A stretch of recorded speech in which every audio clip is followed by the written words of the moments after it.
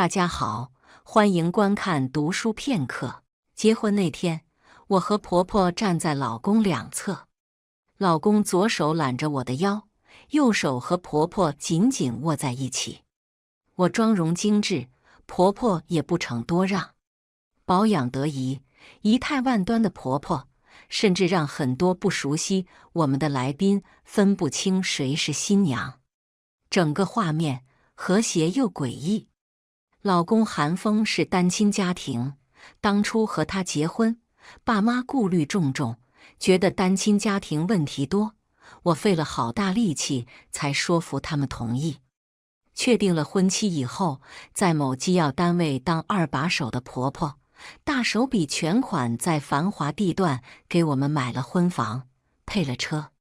彩礼、五金也是毫不含糊，所有礼数都特别周全。婆婆的做派，我家无可挑剔。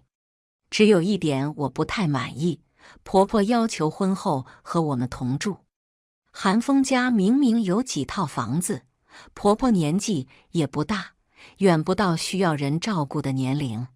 我私心里觉得实在没必要非要和我们一起住，给彼此多一点空间不好吗？我让老公去和他妈说，他却为难地表示，他妈为了他，离婚后一直没有再婚，这么多年他们母子相依相伴。如果他结婚搬出来，他妈孤零零一个人在家，太可怜了。这说法其实有点荒谬，婆婆有自己的工作、朋友、社交圈，平时也挺忙，怎么可能一直孤零零在家？但没想到新婚之夜，婆婆就出了幺蛾子。送走宾客，关上门没一会，我就觉得身体越来越热。平常我也轻易不爱出汗，但现在全身都起了一层毛汗。韩风更是夸张到汗水吧嗒吧嗒滴到我身上。虽然现在是盛夏正热时，可空调还开着呢，怎么可能这么热？韩风嘟囔了句：“不是空调坏了吧？”说完，他抬手去开灯，想看看空调的情况。结果灯没亮，韩风有些懵：“不是吧？没电了？”我让他出去看看是不是跳闸了。门外此时却传来了婆婆轻柔的声音：“小风，你们睡了吗？刚刚我们这里停电了，你们要是热，记得窗打开来哦。”韩风哀嚎一声：“不是吧？这个时候停电？供电局在搞啥呀？”我也忍不住有些黑线，上海多少年都没停过电了，没想到竟然在我们新婚之夜停电。这么炎热的天，两具大汗淋漓的身体，就算靠近一点都热得受不了，哪里还能做别的？得手拉手，安心睡觉。第二天下班，我在小区门口远远看到了婆婆的背影。我快步上前，准备打个招呼。走近了，却听到婆婆正在打电话。那个薛丹太不像话了，看着是个正经人家的女孩，结果那么不要脸呢。昨天婚礼忙了一天，我们小风多累啊，晚上她还一直缠着小风不放，那得多伤身体啊，真是不知廉耻。哼，我故意把电闸关了，那么热的天，我看她还能有心情缠着小风。婆婆这番话给我的冲击，不亚于我当面被人兜头打了一耳光。昨晚停电是她故意拉的电闸，只是为了阻止我们新婚夫妻亲热。这是怎么样的变态心理呀？我脚定在了原地，看着婆婆渐渐走远的背影，陷入沉思。我想了下，打电话给韩风，说晚上想出去吃饭。韩风痛快答应。吃饭时，趁着气氛正好，我委婉提出想搬出去住。婚前我爸妈也给我准备了一套房子，虽然比韩风这套小，但地角也不错，两个人上班都很方便。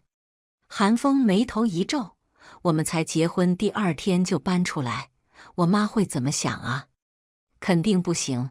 我撅着嘴撒娇，人家想和你过二人世界吗？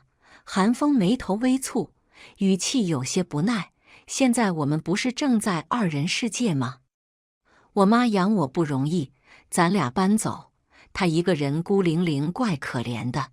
我一时语塞，真正的原因我根本无法说出口，毕竟婆婆刚刚电话里那番话，我没录音，没有证据，说出来韩风也不会相信。突然，我脑中灵光一闪，掏出手机说：“我要打电话问问供电局，今天晚上还停不停电？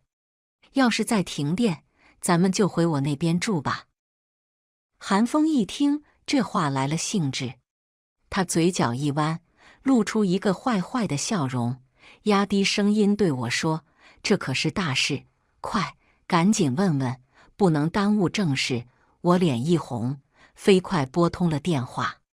电话接通后，我把头靠近韩风，开了免提：“请问我家这里今晚还会停电吗？”客服回答：“不会。”韩风松一口气。我继续又问：“那请问昨晚临时停电是什么原因啊？”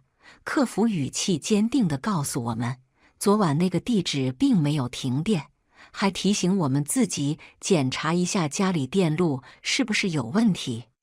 得到肯定的答复后，我挂了电话，看着韩风。韩风显然愣住了。昨晚韩风要去检查是不是跳闸的时候，婆婆斩钉截铁告诉我们，不用检查，是统一停电。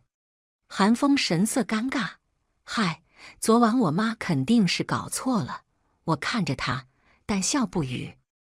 我相信这件事虽然不足以动摇韩风对他妈的想法，但一定会在他心里留下印象。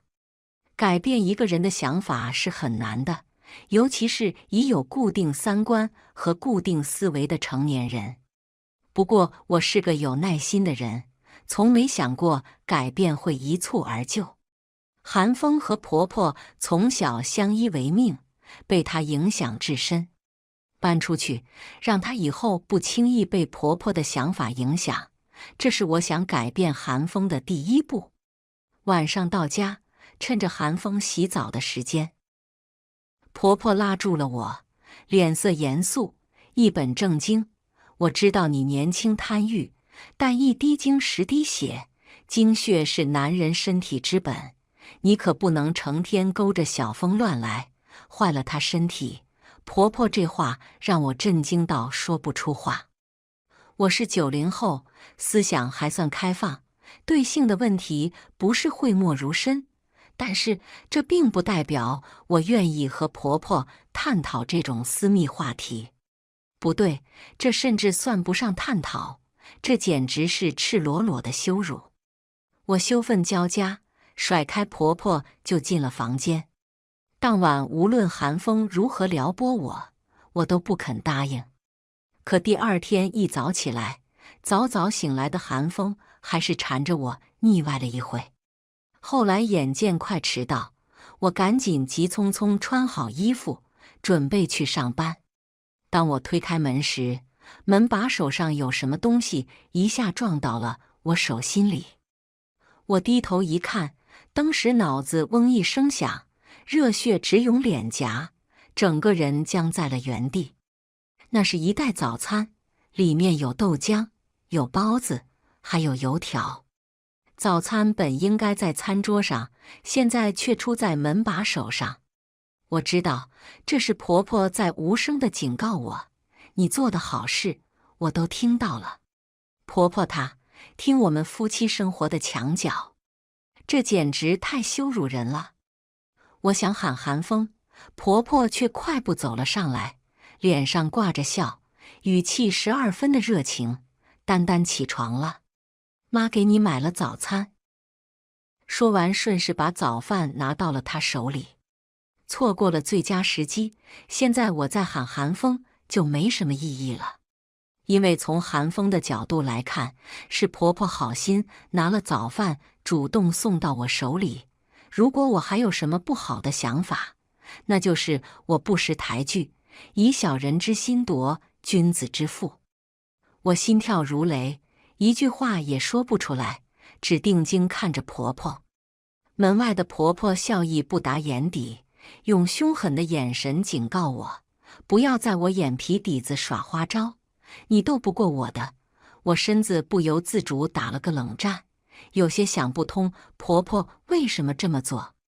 她看不上我，不赞同这门婚事。可是我和韩风在一起时，她表现得特别满意，每次都拉着我的手说希望我早日嫁到他们家里来。而且我们结婚时，她事事都按最高规格置办的，事情办得连我挑剔的妈妈都说不出话来。如果她不满意，不可能如此表现呢。我努力说服自己，婆婆人不坏，她只是心疼儿子，觉得姓氏频繁对男人身体有伤害。但随即我自己也忍不住苦笑，我们才结婚2天，哪里算得上频繁？我深呼吸一口气，对婆婆说：“谢谢妈，我和韩风大了，很多事您不用太过操心，我们心里有数。”这话一语双关，我相信婆婆听懂了。她脸色一变，白我一眼，撇着嘴扭头走了。隔天一大早，我神经质一般，突然就醒了，忍不住竖起耳朵，开始听外面的动静。果然，门外又传来婆婆在我们门口徘徊的声音。我气不打一处来，眼珠一转，起了坏心思。我转身靠近韩风，嘴巴贴近他耳畔，轻轻吹气，用娇嗲语气一声声唤他：“老公，老公。”韩风听到我的撩拨，立马清醒。我搂住他的脖颈，一改前2日的克制，和韩风肆无忌惮了一场。那一刻，我忍不住愤愤地想：气死你个听墙角的老太婆！按照婆婆的性格，今天我这么放肆，她肯定不会放过示威的机会。我比韩风上班早，按以往规律先开门的一定是我，但我今天铁了心要让韩风看到婆婆的举动。我故意对着她撒娇：“老公，你去外面倒杯水给我喝，我渴了。”韩风一个鲤鱼打挺就起身往外走去。刚打开门，我就听到韩风啊的一声惨叫。我被那凄惨的喊声唬了一跳，赶紧起身去看他。韩风脚上被洒了一大杯豆浆，豆浆还在冒着腾腾的热气，被烫到的脚背肉眼可见的红肿起来，随后迅速鼓起了一个个硕大的水泡。等我们手忙脚乱处理好，韩风已经疼得嘴唇发白，脸上没有半点血色。婆婆心疼的眼泪直掉，她语无伦次地念叨着：“怎么是你出来呢？你怎么先出来了呢？”这颠三倒四、没头没脑的话，韩风没听懂，但我却听懂了。原来这杯热豆浆是给我准备的。我身体筛糠一样控制不住地抖起来。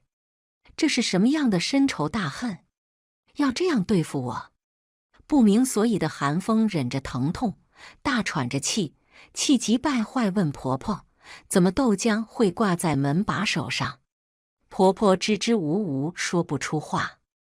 我抖了好一会，才慢慢平静下来，然后趁着婆婆不注意，扭头去找那杯豆浆。豆浆杯子被撕裂了很大的口子，撕口一看就是人为的。平时早餐店里怕烫到客人，豆浆都是温温热，绝对不可能烫伤人。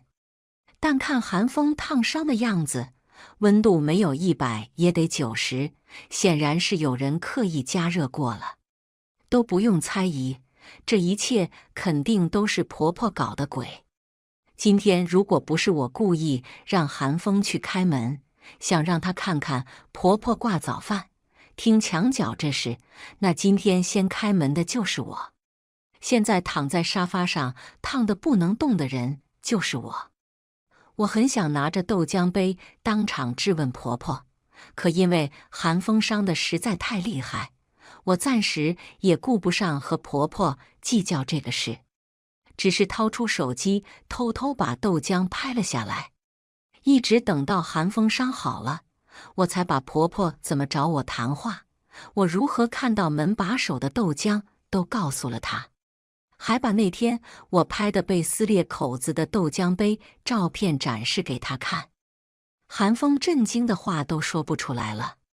等她缓过神，第一反应依然是试图为婆婆的行为开脱。我妈这个人心直口快，她也是为了我们好，就是做事方法有问题。我不说话，就那么静静看着她。寒风心虚地别过头去，好一会，他才叹口气说：“好吧，我妈确实有问题，我回去就和她谈谈。这次我没有让步，我不能接受这种行为。你的脚现在还有那么大几个疤呢，可见当时烫得多严重，我都快心疼死了。”寒风哄我还庆幸呢，幸亏那天开门的不是你，要是你白嫩的小脚丫子留几个大疤，我得心疼死。我皮糙肉厚的没事，这都好了。我急了，这是烫脚的事吗？我说的是听墙角这种行为，一个长辈竟然听小辈的房事墙角，这是什么龌龊行为呀？他这是为老不尊，兴许是为老不尊、龌龊这些字眼刺激到了寒风，他变了脸。你说话注意点，那毕竟是我妈。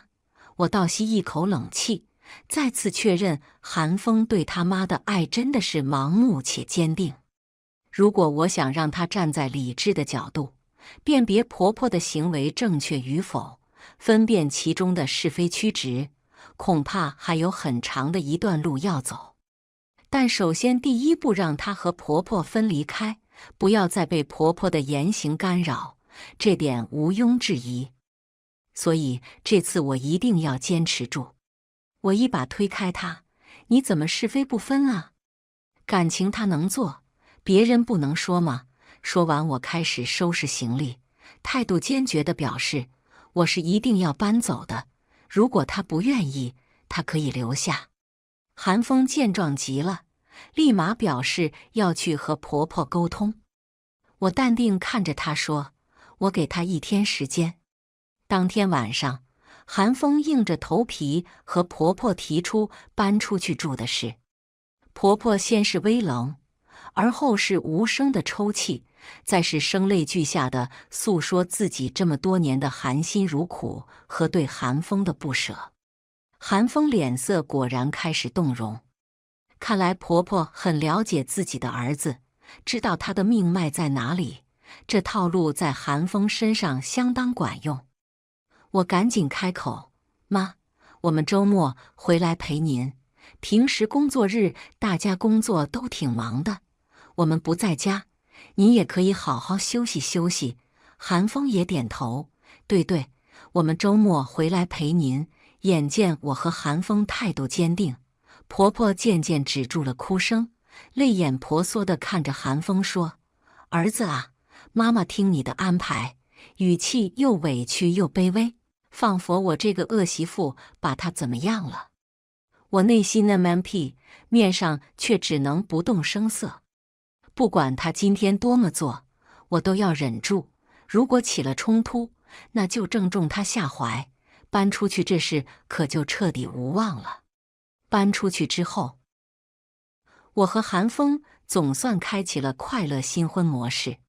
当然了，每周末寒风必须回去看婆婆，偶尔我也会去，但大多时候我是不去的。反正她本来想看的人也不是我。那天是个周五，我要找一份资料，但寒风说装资料的 U 盘在婚房。他上周带过去，忘记带回来了。因为急用，我让寒风下班后带我去拿。当天等寒风忙完，接我去拿 U 盘，已经晚上10点多了。我本来还在担心婆婆会怪我们这么晚来打扰她，结果打开门却发现家里没人。我有点意外，以前我们住在一起时候，每到周五晚上，婆婆都不回来，说是回自己老房子住一天，给彼此一点空间。当时我特别喜欢和盼望周五，只有那天我才是轻松的、自在的。但现在我们都搬走了，婆婆为什么周五还不在呀？韩风显然也是一愣，她掏出手机，开始给婆婆打电话。电话那头，婆婆声音压得很低：“妈妈在老房子里，过来收拾一下。”韩风放了心，我也没往心里去。两个人拿好 U 盘，直接回了家。那天下班我刚到家，忽然有翻天覆地的恶心感涌上来。我冲进厕所，蹲在马桶上就是一阵狂吐，一直感觉把胃里的东西全部都吐空了，才稍微好受了一点。我以为自己吃坏了东西，躺在床上给韩风打电话，让他下班时给我带点药。韩风回来时，不但带了药，还带了一碗小米红枣粥。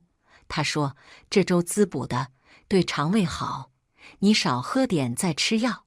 韩风的体贴很窝心，我对着他一笑，端着粥碗就要喝。但红枣香甜的味道窜到鼻子里，我竟然又是一阵莫名的恶心。这次都来不及进卫生间，当场吐了一地。韩风看我这排山倒海的样子，也吓坏了，抱着我就冲去了医院。检查下来，医生告诉我怀孕了，而且已经50多天，快2个月了。我懵了，我月经一向不准，拖2个月是常有的事。而且我和韩风在一起，一直注意避孕，所以我从没往自己怀孕方向去想。韩风也傻了眼。我们俩没有怀孕的计划，主要是因为我明年有一个职称考试，那个考试关系我未来的前途，非常重要。而且考试3年一次，如果我错过了明年，就要再等3年。所以我很早就和韩风说过，明年考完试，我们再考虑要孩子的事。他非常支持我。这突如其来的变化让我们俩都没了方向。我傻傻地问医生，为什么用了套还会怀孕？医生委婉地说，可能你们的套有什么问题。如果现在是怀孕2个月，预产期差不多是明年6、7月，正好是我考试前后。生孩子又不能选日子，万一考试那天正好要生，我岂不是傻了眼？这个孩子不能要。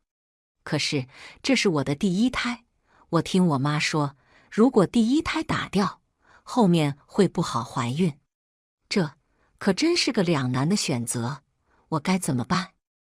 我和韩风沮丧地回了家，到家后2个人谁也没说话。要么你过几年再考试，韩风小心翼翼对我说。我断然拒绝，几年后再考，对我的职业发展影响太大了。我想不通，怎么就会怀孕了呢？难道避孕套真的有问题？会是韩风想要孩子，故意戳破避孕套吗？如果是的话，他不可能只戳破一个。我避开韩风，蹑手蹑脚走进卧室，拿出2个套，躲进卫生间开始灌水。不大功夫，那个套就开始四下漏水。我尖叫，韩风！韩风神色慌张地冲了进来，关切问我怎么了。我气得浑身发抖，举着那个漏水的套问他到底什么情况。韩风一脸茫然地摇摇头，表示不知道。我了解韩风，他是个标准直男，没什么花花肠子，也不会演戏。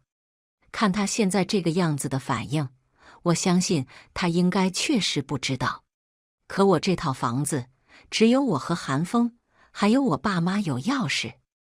我爸妈绝对不可能做这种事，最有可能做这种事的人又没有我家钥匙。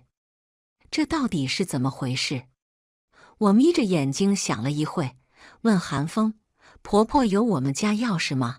韩风看着那个套，神色有些狼狈，结结巴巴说：“我妈说她上次路过咱家，敲门没人，钥匙也没有，只好又走了。我想不就是一把钥匙吗？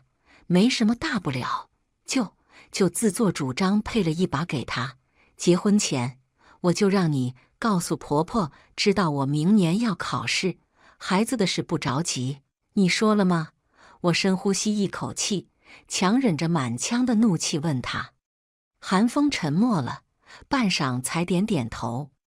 既然如此，为什么他还要做这种事？韩风无言以对。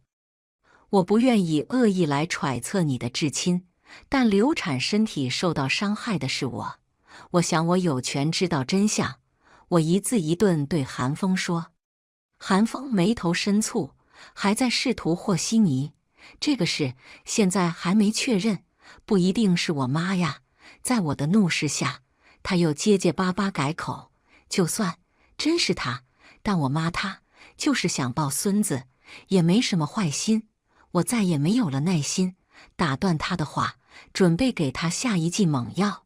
婆婆在你面前说的话和我面前经常是不一样的，虽然你不愿意相信，不如这次我们分开问问她，看看结果是不是一样。韩风艰难地吞咽口水，半天不语。我冷冷看着他。从我们结婚以来，不管发生什么不可思议的事，你的态度一直是维护婆婆，安抚我。我愿意隐忍到现在是因为爱你，但再多的深情也顶不住一再的伤害。如果婚姻带给我的只有委屈和忍耐，那我宁可放弃。我长相偏甜美，平时在韩风面前也从来是软软糯糯的样子，从没这么严肃过。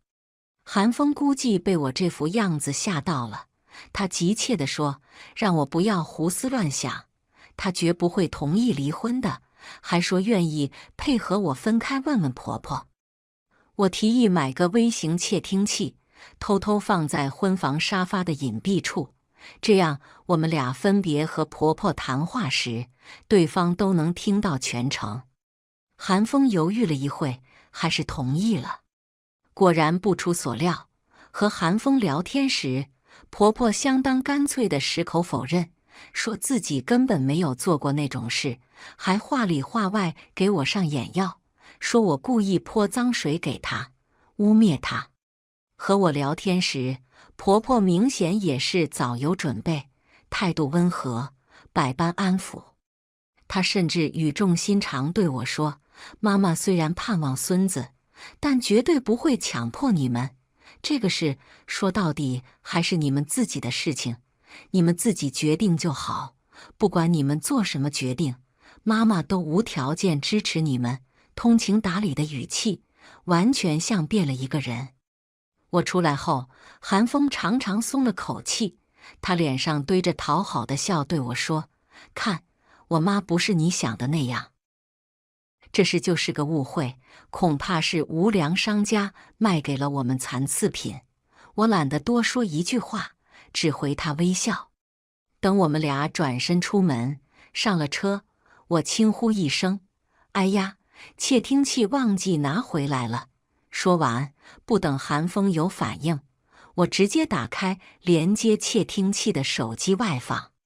是的，我的目的从来不是听什么韩风和婆婆的对话，而是要让韩风真正见识到婆婆的另一面。而这一面，只有婆婆放下戒备，和她信任的人打电话时才会表现出来。婆婆不负我望，果然正在打电话。事成了，薛丹怀孕了，怀孕当然对我有好处了。你懂什么呀？你想啊，她要是怀孕了，小峰又不会做饭，他们俩就必须得搬回来住啊。那我不就可以天天看到儿子了吗？而且怀孕了，她为了自己的肚子，也不敢再同房，就不会缠着小峰了。我仔细算过了，只要她这2个月怀孕，保证会耽误她那个考试。明年考试时，她要么快要生了，要么还在坐月子，不管哪种情况，都没法去参加考试。咱家这傻儿子本来就听他的话，这样以后他事业再得势，经济上也不依赖小峰，那还不得把儿子拿捏得死死的。儿子在家哪里还能有什么地位？流产，他要流产，我更不怕了，我还巴不得呢。他这是头一胎，小月子做不好，以后能不能怀就两说了。他要流产了，我就主动照顾他的小月子，他个毛丫头什么也不懂，我把他照顾再不能怀孕，看他还怎么猖狂，看他还敢挑唆儿子和我离心。等儿子稀罕他这2年，热乎劲过了，我就以没有孩子为由让他们离婚，到时候再给儿子找个老实听话的姑娘。这次是吃了大亏了，以后我可得长记性了，再找儿媳妇，坚决不能要这种妖妖娆娆的，勾得儿子魂都没了，身体都亏了。我知道婆婆对我有看法，也知道婆婆有点小手段和小心思，但我真的从没想过婆婆竟然如此恶毒。仅仅因为韩风爱我，我们夫妻感情好，冷落了他，他就如此痛恨我，甚至要害我无法生育。这简直不能用坏来形容了，这不就是个变态的老妖婆吗？人性之恶，让我首次感受了什么叫做不寒而栗。我身子忍不住有点颤抖，扭头去看韩风，却发现他整个人都已经惊呆了，半张的嘴巴久久都合不拢。我伸手拉了他一下，他转头看我一眼，沉声问了一句：“窃听器，你是故意忘在内的？”韩风混迹商场多年，远比我要精明，此时否认只能显得虚伪，所以我坦然对着他点头承认，我确实是故意的。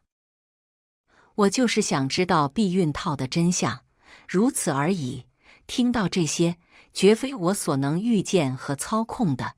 韩风把车缓缓停靠在路边，整个人往后一仰，眼睛微闭，一动不动。我没有打扰他，我知道这件事对韩风的冲击肯定会特别大。在他心里，婆婆一直是善良的、慈爱的，不可能是这么恶毒的、阴狠的。其实我心中也有些忐忑，如果韩风就此认清婆婆的真面目，愿意用独立的思维去正确看待婆婆的所作所为，对我来说自然是最完美的结局。但是还有另外一种可能，韩风不愿意面对现实，依旧选择安抚我，让我原谅婆婆，不要追究这一切。如果这样，那我的婚姻也真的就走到了尽头。沉默许久后，我主动提议去取回窃听器，韩风很快同意了。凡事要懂得适可而止，我的目的已经达到。如果窃听器继续放在那里，只会让韩风对我反感，觉得我有监听婆婆的意图。当天取回窃听器后，韩风问我关于孩子的打算，我告诉他还是决定打掉孩子，保证考试。韩风表示理解，并主动提出不要告诉婆婆，让我回娘家坐小月子。病床上，韩风看着脸色苍白的我，神色黯然中带着心疼和歉意。丹丹，对不起，是我害了你，是我一直不愿意面对现实。我一直在逃避，过去的伤害已经发生，道歉弥补不了什么，但我向你保证，以后你绝对不会再受到任何伤害。如果你不愿意和我妈再有任何接触，我绝不会勉强你，只是她毕竟是我的亲妈，血缘我无法割舍，希望你能理解我。我以后还是会不时去看看她。自从窃听器事件出来以后，韩风在家多数都是沉默的。他今天说出这番话，我其实还是有些失望。我以为她看清婆婆的真面目以后，会像我一样爱憎分明，会找婆婆说清楚，会指责她，甚至断绝关系。但我却忽略一点：血缘、亲情。尤其她是单亲家庭长大的孩子，和妈妈的感情会深刻、更紧密。不过，韩风今天能说出让我远离婆婆、不必见面的话，对我已经算阶段性胜利。至于她故意害我怀孕，让我流产伤害身体，只能等我出了小月子，身体渐渐恢复，再实施我的回击。那天，我听到婆婆给那个人打电话提到韩风是咱儿子，这个称呼说明对方很可能是韩风的亲生父亲。但这个事太过诡异，因为韩风和我说过，他爸妈在他小学时离婚，当时两个人闹得非常不愉快。这么多年，他爸完全不和他们母子联系，甚至连抚养费也1分钱没有给过。闹到如此地步的夫妻关系，肯定已经彻底破裂。连亲生儿子都不愿意联系的男人，怎么可能有耐心陪着前妻聊天？而且聊天语气还那么亲密，那么自然。种种迹象都表明，电话那头的人不但经常和婆婆联系，而且应该关系是非常好的。可这个人如果不是韩风的生父，那又会是谁呢？每个周五晚上都失踪的婆婆，会不会是这个人见面去了呢？我决定把这事搞清楚。又到周五，我借口和闺蜜去吃饭，没有回家，一下班就直冲婆婆单位门口。婆婆比我下班晚，我坐在车里等了好一会，才看到婆婆堵悠悠从办公大楼走出来。婆婆不会开车，所以单位给她配了专车，车子一开动，我立马跟了上去。为了不被发现，我今天特地没开自己的车，而是去租车公司租了一辆。司机最后竟然真的开进了婆婆老房子的小区。我有些纳闷了，难道是我想错了？我不死心，决定在小区门口守株待兔。天色渐暗，要看时间都过了8点，婆婆也没来。就在我准备放弃时，突然看到婆婆从小区里面走了出来。她换了套衣服，一件羊绒开衫，里面是紧身长裙。深秋的夜晚已经颇有凉意，她这身打扮虽然好看，但显然有些冷。我看到她站在门口左右张望，身子微微发颤。很快，一辆黑色轿车悄无声息滑到她面前，婆婆快速打开车门钻了进去。我掏出手机，把车牌号码和这一幕都拍了下来，然后发动车子，默默跟了上去。车子一路驶出了外环，进了一个别墅区。别墅区看守比较严，我只能眼睁睁看着婆婆那辆车开了进去，自己却被拦在了门口。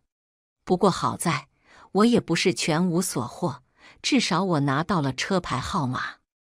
我把车牌号发给在车管所工作的闺蜜，让她帮我查查车主是谁。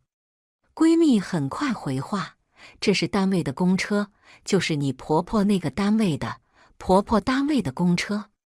她这么晚坐公车去外环别墅，是要干嘛？不管她去干什么，但我敢肯定，绝对不是公事。很多单位公车都是固定领导在用。这辆车是谁在用呢？”我搜索婆婆单位的公众号，从历史新闻中搜到了相关信息。经过反复核对，我确认那辆车是婆婆单位一把手严长宽的专用车。我又去跟踪了2个周五，确定了婆婆和那个严之间关系不正常。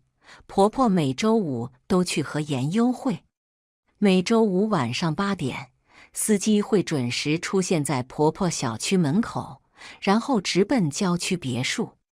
又到周五，我特意选了婆婆家附近的商场，约韩风吃饭。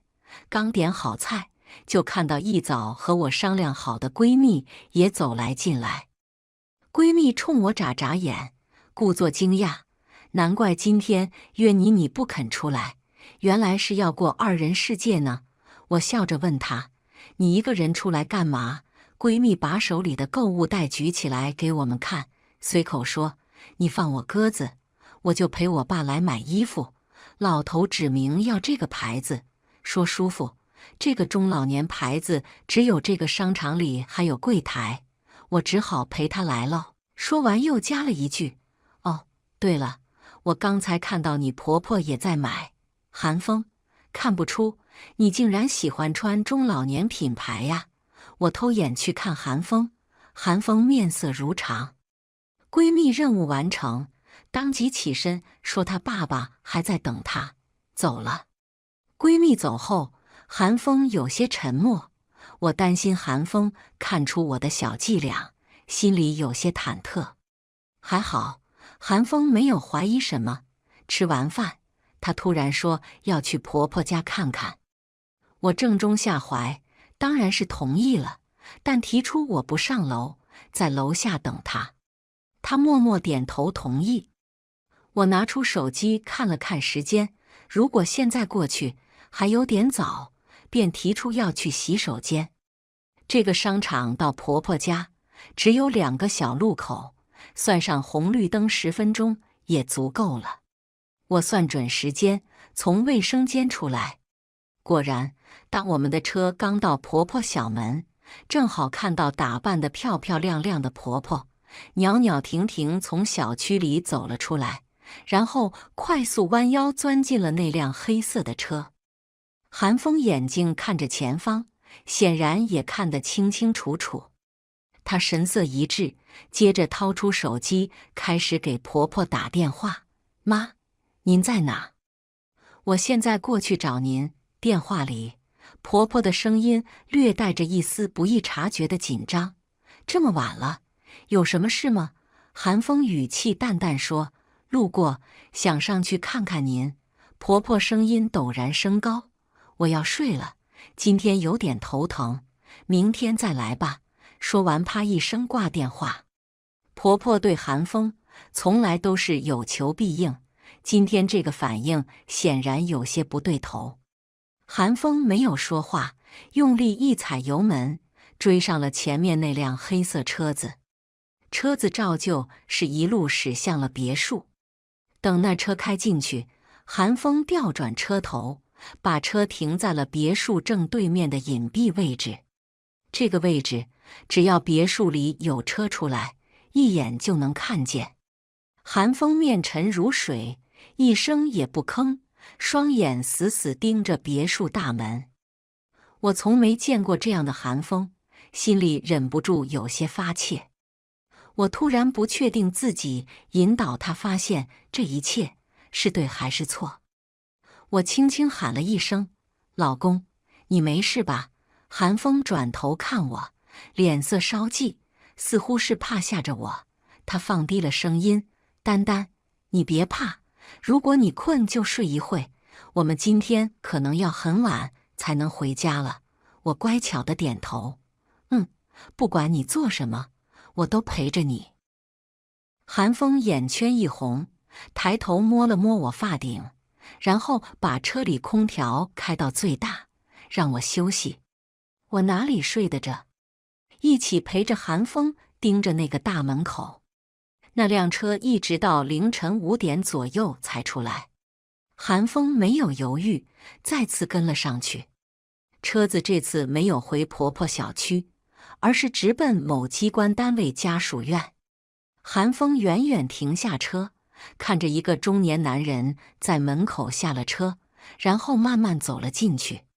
黑车再次掉头，如果没有猜错，这次应该是回去接婆婆。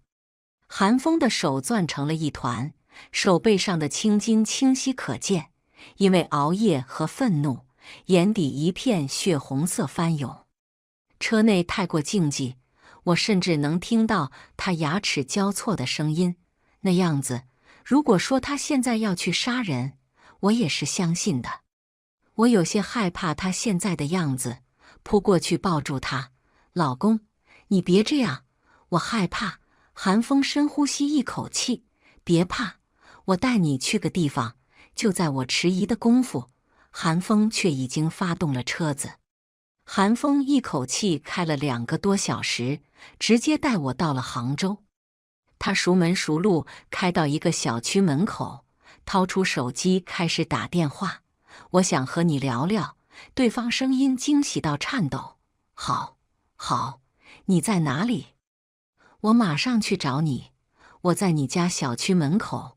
不大功夫，我看到一个瘦高的中年男人连奔带跑地向着大门冲过来。韩风开了窗，男人走过来，脸色涨红，气喘吁吁。走，家里坐坐。韩风一扭头，示意他上车。男人没有丝毫犹豫，直接上了车。在看到男人的一瞬间，我就知道他是谁了。他一定是韩风的生父。韩风和他生父简直太像了，一模一样的丹凤眼，高鼻梁，瘦高的身形，甚至连跑步时候不自觉的耸肩都完全一样。不得不说，遗传真的是玄学，他们父子简直是复制品。我心里的大石头也终于落了地，韩风不是那个严局长的儿子。车子停在西湖边的一个咖啡馆门口，3人进去落座。韩风第一时间介绍了我太太薛丹。韩父显然早有准备，他掏出一张卡递给我。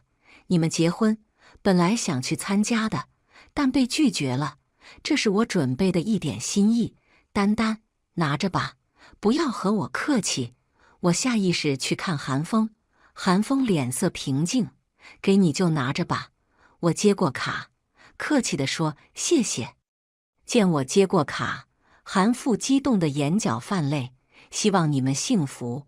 韩风没有迂回，单刀直入，当年为什么和我妈分开？别敷衍我，我想听实话，否则我再不会见你。韩父的脸瞬间泛红，他迟疑了下说，你和妈妈发生了什么事吗？韩风语气开始有些不耐烦，再说一遍，我不是小孩了，不要搪塞我。你要是愿意说就说实话，不愿意我现在就走了。韩父急了，一把拉住韩风，小风，你别急，你听我说。当时韩风才读1年级，韩父在一次下班后，把当时还是普通科员的婆婆和当时的严科长堵在了家里。韩父暴怒之下动手打了婆婆，婆婆又哭又闹，顺势提出了离婚。为了刺激韩父同意，婆婆故意说她又穷又没本事，不配有老婆，还说韩风也不是她亲生的。当时的韩父年轻气盛，妻子的那番话确实极大地刺激了他。一怒之下，他甚至没有确认事情真相，直接放弃了韩风的抚养权，很长一段时间没有联系过韩风母子。过了几年，韩父冷静下来，再回忆起当时的情景，心里明白其实是婆婆骗了他，韩风毫无疑问是自己的亲儿子。一及此处，韩父有些哽咽，小风，是爸爸对不起你，爸爸当时太冲动了，放弃你的抚养权是爸爸这辈子最后悔的事情。如果你有印象，应该还记得，你初中、高中、大学，爸爸都曾经去找过你，但你不肯搭理我。韩风眼里有雾气笼罩，他口气生硬地说，那会我恨你，我妈说是你出轨抛弃了我们，不要我们母子了。韩父点点头，我能够理解你不接受我，毕竟这么多年，我对你没有任何关心。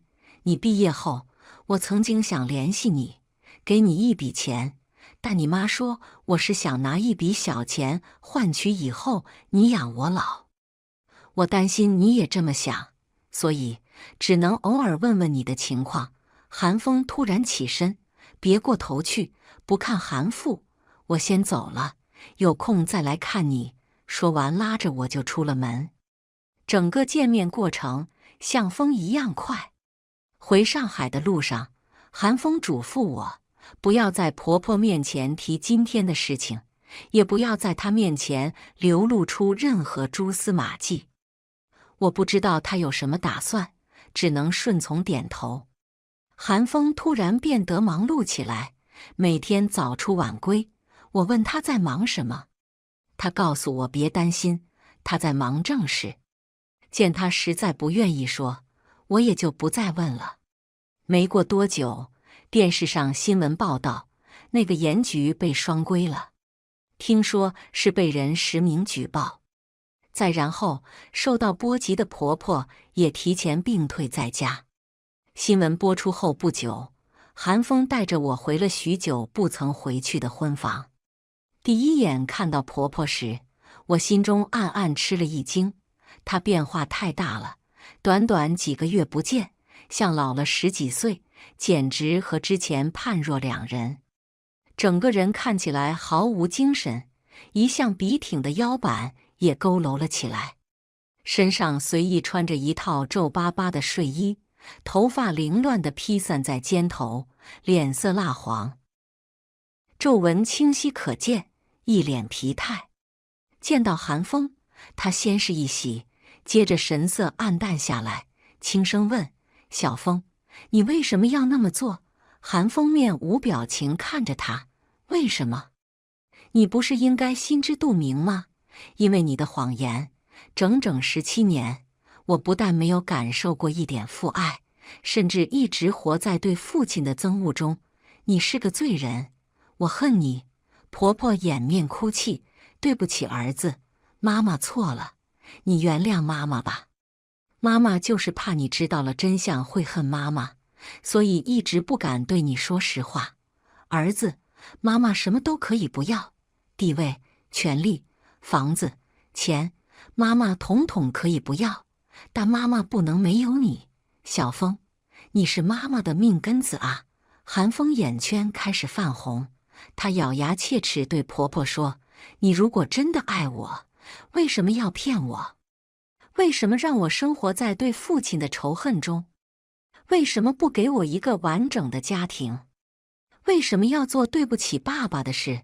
你不是爱我，你是把我当做了你的私有物。你以为你对丹丹做的那些小动作，我都不知道吗？我知道，我统统都知道，但我心里总是骗自己说，妈妈只是太爱我了，她没什么坏心思的。等妈妈以后喜欢上丹丹，也会对她很好的。可你甚至见不得我和丹丹要好，你自私的爱让我感觉窒息。是我错了，我对不起丹丹，丹丹嫁给我受委屈了。你不爱任何人，你最爱自己，你自私自利透了。”婆婆不敢置信地瞪大眼睛看着韩风，韩风却连一个眼风都没给她。我们出门的那一刻，身后传来婆婆的失声痛哭，那哭声里饱含绝望和痛苦，就是不知道有没有一丝丝悔意。婆婆这辈子最爱的、最在乎的人就是韩风。如今韩风虽没明确要和她断绝母子关系，但根据韩风的性格，以后和她注定只能陌路了。除非婆婆重病临终，其他时候想见她一面，恐怕是难了。婆婆终于得到了最致命的惩罚。引导韩风发现这一切，确实是我精心部署安排。新婚时发生的那些事，让我心里特别清楚一点：人永远无法做到感同身受，哪怕对方是你的爱人。之前在我刻意引导下，韩风发现了婆婆不堪的一面，可她依然选择包容婆婆的狭隘甚至恶毒。说到底，不过是因为婆婆的那些龌龊从没用在她的身上。血缘亲情注定了她对婆婆比对我会有更多的包容和偏爱。如果我亲自出手做伤害婆婆的事，按照韩风的个性，她一定不会原谅我，说不定我们还可能反目成仇。所以，唯有让韩风自己也深受其害，他才能做出反击。我了解韩风，知道他心底的最大的痛就是从小没有享受过父爱。父爱的缺失是他内心深处不能触碰的伤疤。如果他知道自己这份缺失的父爱是因为婆婆恶意而为，韩风绝对不会原谅他。而最爱的人做出的反击，对婆婆来说才是最致命的。我不觉得自己狠心，也不觉得我这招是借刀杀人。这样的结局只能叫做天道好轮回。